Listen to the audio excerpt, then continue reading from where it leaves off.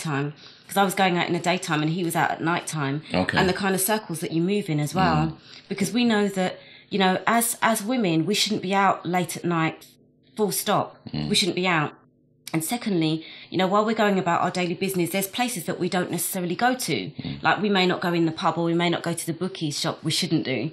So some of those issues and circumstances and situations and fights and things, we shouldn't be subjected to if we're not in that kind of environment. Shouldn't be in the operative word. Yeah.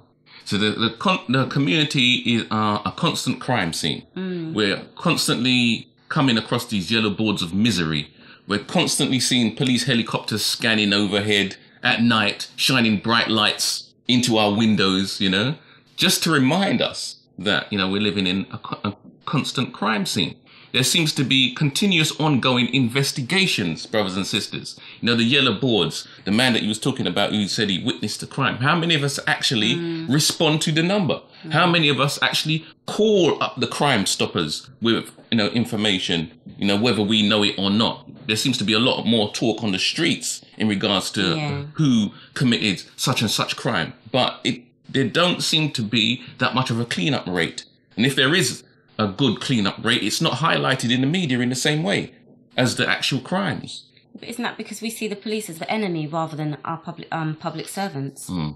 It could be. It could be one of the reasons why. But if that is the reason, if that is an obstacle to us coming forward, then it's the media's job and the police's job and the society's job to tackle that. But they don't seem to be doing that. Anyway, one of the ways they may be doing it is this spoof police TV show called CSI. Okay. That is on our television, and it has captured the imagination of many of our young people as well as many of our seniors. You know, CSI is on the television. Oh my God, did you watch CSI? You know, and this CSI television show it's really a spoof show. It's not a real show, but it is styled as a real show. It is given to us as it is reality, but it is actual, like, glamour models. You know, if you watch the show, everyone's clean and sharp and cool and particularly in CSI Miami. Yeah, CSI Miami. Although I strive not to watch these shows, but what I've seen of it, the crimes are very graphic. The murder scenes are really seriously graphic. Yes, they are. Bloody. Yeah. And that seems to capture the imagination. Yeah. And these detectives, these forensic scientists are detectives and forensic scientists at the same time, you know, which is a fantasy. Yeah. Forensic scientists don't go running around the streets, you know, catching criminals. They gather data and they bring it back to their lab and they analyze it and then they pass it on to the detectives. But this is a television show, you know. They do both. They do both, you know.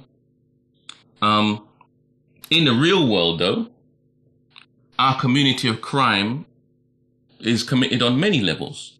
It's not just on a street level, although we may perceive it on a street level. Remember, whenever we talk about black on black killing, the first thing that comes to mind is the youth on the street. Yeah, that's right. For some reason. As if the mentality of the youth on the street didn't come from somewhere. Yeah, that's right. It just manifested on the street. It grew on the street, and that's where the problem is. That's right. And this CSI kind of gives that same kind of impression, you know? Like the crime isn't born up in high places. How many times do you see them in CSI running into the DA's office to find out, you know, the root of a crime? How many times do you see them running into an MP's office? How many times do you see them running into governmental departments and bringing down governments who are, you know, the source of crimes? Yeah, of course not. It doesn't happen because they're always looking at the problem and rather than the root of the problem, they're looking at what they see. And it's easy to look at the fruit because the children, the young people are the fruit, but we are the trees. So in us being the trees, then that has to have come from someplace. It has to have come from somewhere. Yeah, you know, and the scripture talks about corruption on the land and sea on account of what man's hands have wrought. Not corruption as appeared on the lands and sea on account of the hands of the children have wrought. Yeah. That's very interesting. Yeah. But we never seem to get to look at that part of it, you know? We never get to see that part of it. But why do you think it's corruption has appeared on the land and sea on account of what man's hands have wrought? Well, that's a very contentious issue, sister, because, you know, you will have the feminists who say, you notice it says man's hands, and it doesn't say woman's hands. And it's very interesting because, Minister Farrakhan also said that, wherever you get a no good woman, she was made that way by a no good man. So you could say it's a feministic view, but if man is the head of woman and man is the head in society, it is the head that takes responsibility of the situation. Yeah. He takes a responsibility for the situation, for the status quo. So in truth, we have to look at man, and we have to look at the man who is in control of the environment, the man who is the mover and the shaker, not necessarily the man who's been made redundant and pushed to one side. Mm. Okay. So the society is an outgrowth of the man's mind, the man who runs things mind. That's right. That's right. And that is why it is important for us to dhikr, to remember Allah. Because if we remember Allah, his mind becomes our mind.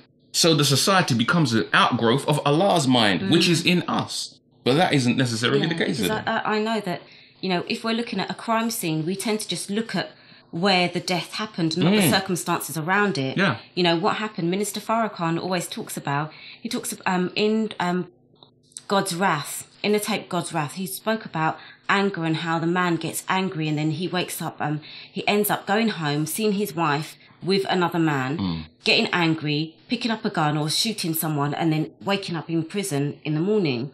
But we don't tend to look at what happened beforehand. We just look at the man being angry, but we don't necessarily look at the circumstances, what happened before.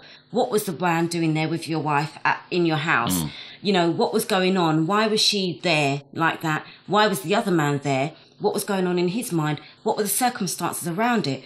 Why is it the brothers are chasing the sisters like animals in the streets? What are they wearing? There's so many different circumstances that lead up to a crime.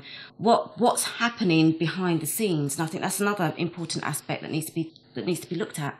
Crime scene investigation, sister. Now, what you're talking about, what you've just made mention of, is actually the role in the CSI drama of the forensic scientist.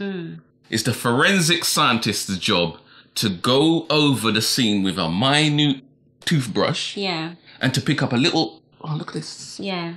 Speck. This fiber here. They pull out these little fibers. You bring it back to the lab. They put it under the microscope. They analyze it. They look at it from all different angles and it leads them somewhere. And what you've just talked about is that those fibers that we need to be focusing on. In our community, as I've said, there are all types of problems. There's all types of crime being committed on many levels. Yeah. There are guns coming in. There are drugs coming in. There's social economic deprivation. There's jealousy and envy. And that jealousy and envy is being inspired by the society. It's being advertised as normal life. There is lack of knowledge of self. There is gross ignorance. Yeah. So investigations must be made. Must be conducted on all these levels if we hope to stand a chance of getting to the bottom of our collective problems. If we hope to solve the scene, solve the crime, roll the credits, and all praise is due to Allah. That's the credits. When we say all praise is due to Allah, we roll the credits at the end of the show. The credits go up. Do our credits go up? Do we praise the Most High for helping us to